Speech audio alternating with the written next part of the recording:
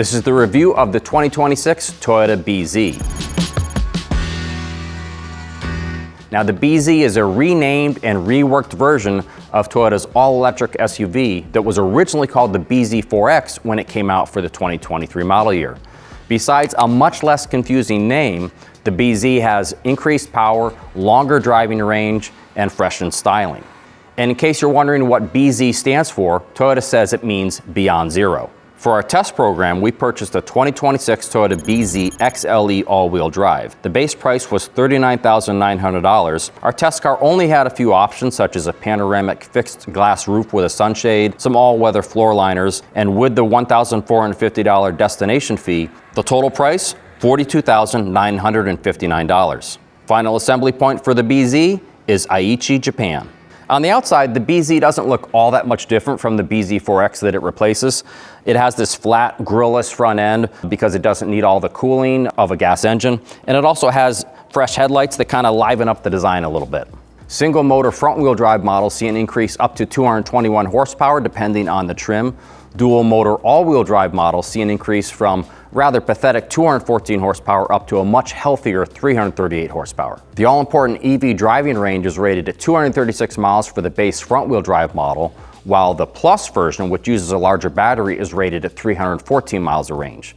All-wheel drive models, which have dual motors like our test car, are rated between 278 to 288 miles, depending on the trim. In other big news, the BZ now comes standard with a North American Charging Standard, or NACS, charging port, which is compatible with Tesla superchargers. But be aware that with the charge port located on the right front, it can be a bit challenging to reach the port at some Tesla superchargers that have shorter cables.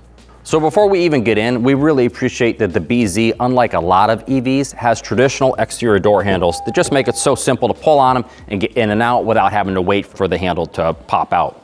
As far as getting in and out, as with most small SUVs, it's really very simple. The seats are just a little bit below hip height, so it makes it very easy to slide over and onto them. Yes, the windshield pillar does slope back toward the driver a bit, but it's not too bad, and overall, it's pretty straightforward. So in terms of driving position and how people fit behind the wheel, there's some real positives. Like, for instance, there's decent headroom. It's not amazing, but it's pretty good.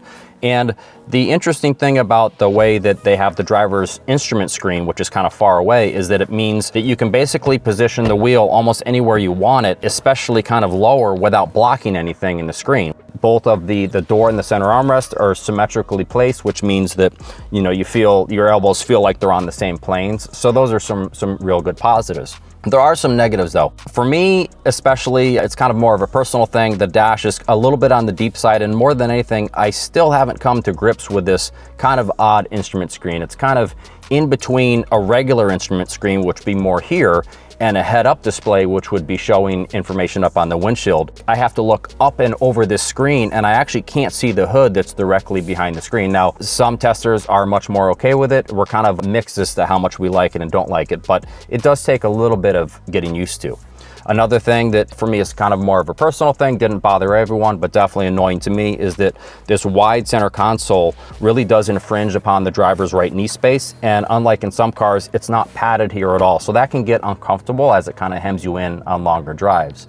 And while we said a positive was that both of the armrests are well placed, unfortunately, the one on the door, the padding is super thin, so your elbow just pushes right through. And the one in the center has thick padding, but it's very hard. So neither one is really all that comfortable for longer drives. So front seat comfort is obviously a very personal thing. We have bodies of all different shapes and sizes on staff, and most people like the BZ's front seats. I in particular really like the seats because while the padding is on the firm side, it's still pretty comfortable. And more than anything, I like how well bolstered or nicely shaped the seat is. Especially the seat back has really pronounced side bolsters that just do a great job holding you in place. And even the bottom cushion also is pretty well defined. A lot of seats have kind of skimpy bottom cushion bolsters. This one doesn't, and along with the cloth material, it just does a really good job of holding you in place if you're taking a corner a little bit aggressively. It also has the ability to tilt the leading edge of the bottom cushion up and down so you can dial in leg support. All that said, there were those on staff that just thought the seat was okay. That's why it's very important to go and take a test drive and make sure you or anyone who's going to be sitting in the front seats does do that at the dealer to make sure that this seat does work for you. So the BZ has a new 14-inch infotainment touchscreen, which consolidates all of the media and climate functions into a single screen, which isn't always a great thing because in this case it does mean that some basic tasks do require multiple steps. On the bright side, all of the climate functions are always visible on the screen, which means you don't have to, bring up a specific climate menu in order to adjust any of these basic things, whether it's the temp, the fan speed, the heated seats, the heated steering wheel. All of those are always visible, which is a great thing. Quite often you have to wade deeper into an infotainment system to adjust some of those. It's actually the controls that are physical that are actually more of the problem with the BZ, and that's these temperature dials. Sometimes you turn it, and in this case it's working, but sometimes you turn it and you try to go a small amount, and of course it's not doing it when I say it, but you'll turn a small amount just to go hotter or colder 1 degree and nothing happens because they don't have any defined detents. They just kind of spin. The other thing that kind of bothers me a little bit, but a lot of testers found no problems with, is that it has these kind of odd levers to adjust the air vents. For me, it's just kind of an odd way that you grab it, so I'm not a huge fan of that. So one more thing about the infotainment system. I've turned the car off. I just want to show you, it's a little bit on the slow side to boot up. So I'm going to start it. And there's this period of time here where the screen isn't doing anything. We're used to analog things where you can immediately start making adjustments. Now it's there. It's not terrible, but we're so used to just getting in a car and maybe pressing the heated seat button or turning the fan speed or turning on the heated seat. And you're just gonna have to wait a few seconds. And I guess when it's really cold out, it just feels like it's a lot longer than it really is. So it's nice to have dual phone charging pads on the center console. The downside is that it does take up some valuable small item storage space. But then again, it's neat the way Toyota designed the center armrest. It can open toward the front passenger or towards the driver, which is really cool. The front door pockets are useful if you carry water bottles because there's really strong delineations to hold those bottles in place. The downside is that it's very narrow for anything other than a water bottle. So the useful space for other things is not really that great. We're seeing more and more vehicles with this sort of center console bridge, and there's this storage spot that you can access here or over here. But the problem is it's very low and the access is very narrow. So first of all, you're probably going to forget that storage spot is ever there. And then if you do put something in there, it's going to be hard to get it back out. So this is a pretty basic Toyota interior. It's in a color scheme which I call Sea of Black. I mean, there's just black trim everywhere. And unfortunately, a lot of it is hard plastic, although that's not out of the ordinary at this price level. But for instance, even the front and rear windowsills are just hard plastic. Usually at this price, you're gonna get at least a padded front windowsill. But then there's things like, the door insert is padded both front and rear, which is nice. The upper and the mid dash are padded. Sometimes one of these is just hard. So it's not like Toyota didn't try. There's definitely some effort going on here. There's some nice trim bits here and there. And another thing that we actually really like is that unlike a lot of vehicles which are using piano black trim, or it's just very shiny black plastic trim, which looks really flashy initially, but we found that material seems to scratch quite easily and show fingerprints. They're using more of like a deep gray plastic. It is still plastic, but it appears to not show up those fingerprints, those scratches as easily as that other material. So we like to see that. Then again, the lower portion of the center console is a much more pedestrian, flat black plastic, which just looks and feels a bit cheap. But overall, not a bad presentation for the price. It's actually a little more awkward to get into the rear seat than up front, even with this very flat roofline. It has to do with the way that the floor height is very close to the bottom cushion. So you have to kind of turn your body a little bit, and it's an odd sensation the way that you bring your feet up and into the car. But beyond that, it's not too bad to get in and out. Even the rear wheel well, which sometimes poses a real problem for getting back out, is not too much of an issue here. The bigger issue though is that once you're in, it's really not that comfortable. The space is pretty good, but there's hardly any room to put your feet underneath the front seat. And again, because the floor is very close to the bottom cushion height-wise, it means that you end up with this knee bend and very little under leg support. It's a bit of a bummer because the seat itself feels like it would be pretty comfortable because the cushions are relatively soft. There's a little bit of contouring to the seat back. So it's just a little bit of a bummer for, medium-sized adults and up. They're really gonna not have the greatest leg support or feeling with their feet. So the cargo area is actually pretty good size. It's also nice that the floor itself is flush and it's at a decent height. That means you won't have to bend over very far for loading and unloading. It also has this retractable cargo cover. It's a little bit on the flimsy side, but it's not bad. You can, being sort of an SUV, it's got the lift gate, as well as you can fold down the rear seats, which then gives quite a lot of maximum cargo volume. There also is a small amount of underfloor storage space. In this case, it's got the charging cable, but you could also use the space for something else. And since there's no front trunk or frunk like in some EVs, this is it for your cargo space.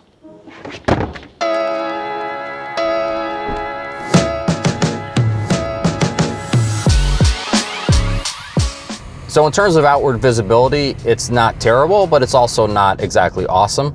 On the bright side, the windshield pillars, or sometimes called A-pillars, aren't terribly thick, and they don't get super thick at the base like they do with some vehicles. And the problem with that is that it means you really have to, peer around them to see pedestrians and other vehicles in urban intersections. So it's not too bad here. Plus, there's an extra window so you can see in between the mirrors and the pillars, which we like. The side mirrors themselves are pretty good sized, so they give pretty good rearward views.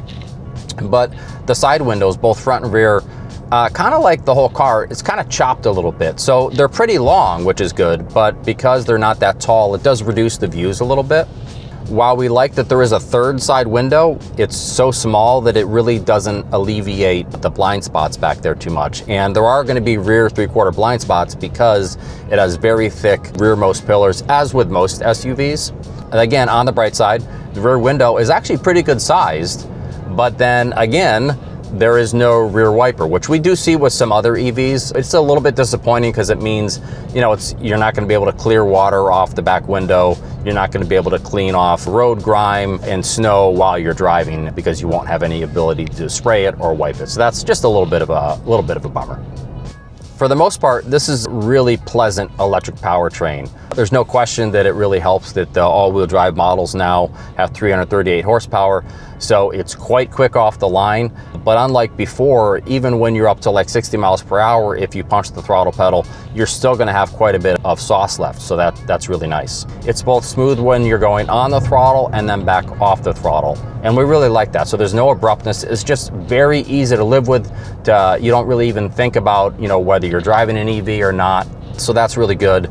So we found that between the traction control and the all-wheel drive, they both do a really good job of harnessing all of the power. Even if you're taking off hard from a stop while turning, like you're moving out onto a fast-moving road, it does a really good job keeping tires from chirping front or rear, so that's really good. There is a hint of torque steer, so if you floor it, you're going to feel the steering wheel just move back and forth just a tiny bit, but it's really not that bad. In general, Toyota did a really good job kind of being able to put everything to the ground here, even though it does have a significant amount of power. Another thing that we really like about the BZ's electric powertrain is that Toyota's made it very easy to switch to different levels of regenerative braking. You just use the paddles behind the steering wheel. So if you want to have a little bit more regen braking, you just hit the left paddle, and that keeps slowing it down to the point in the strongest version, it actually puts the brake lights on because that's how much you're slowing down. And then if you want to reduce, meaning there's less regen braking, you just hit the right paddle and you can switch it back. The regen levels don't latch, meaning if you put it into, say, for instance, I really like the second from the strongest regen level.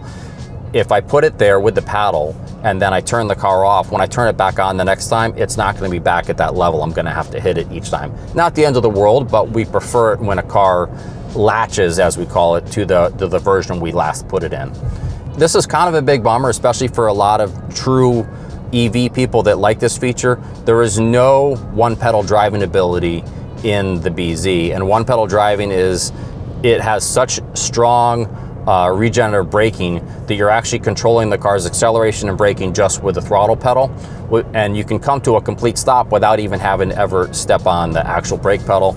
You can't do that here. The deceleration force from the regen braking is just not strong enough to do that. So it's disappointing that Toyota doesn't give the owners the option to do that.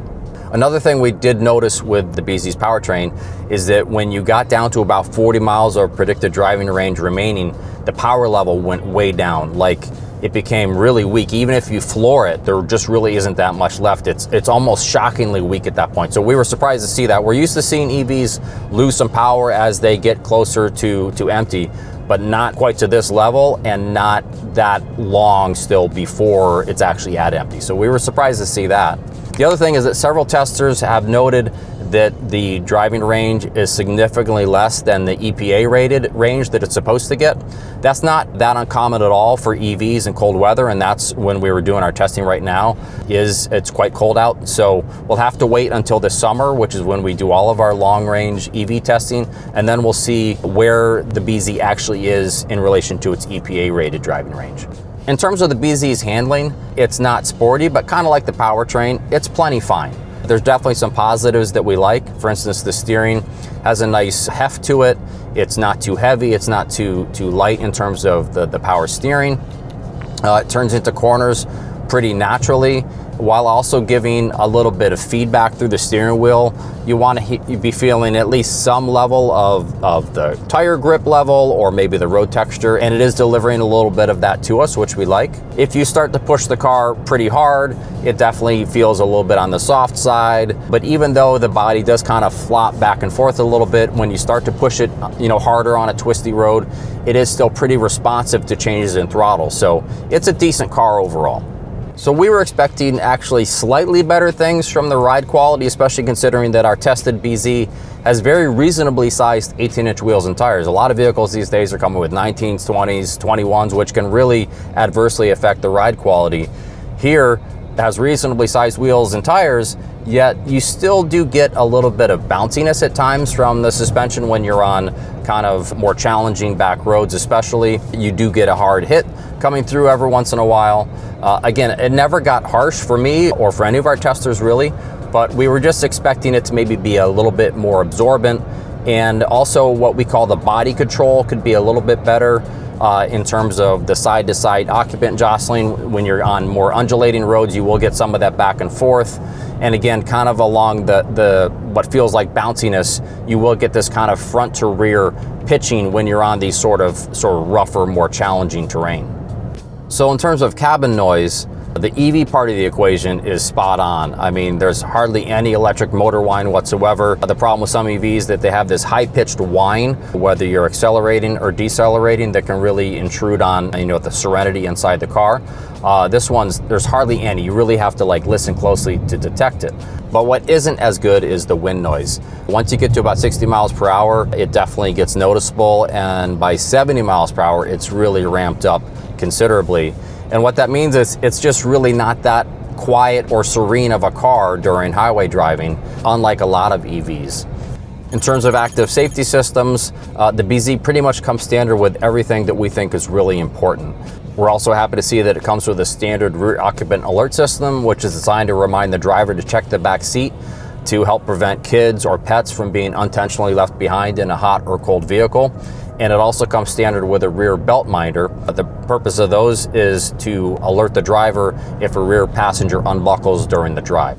So there's no question that Toyota made some notable improvements with the BZ, such as the longer driving range, the quicker charging times, and the built-in NACS port that makes it simple to use Tesla superchargers. Yes, it is missing some critical EV features, such as one-pedal driving and a built-in route planner. But more than anything, we found that the BZ is just pleasant to drive and easy to live with. To see the detailed results of our testing and for more information on other electric SUVs, head to consumerreports.org.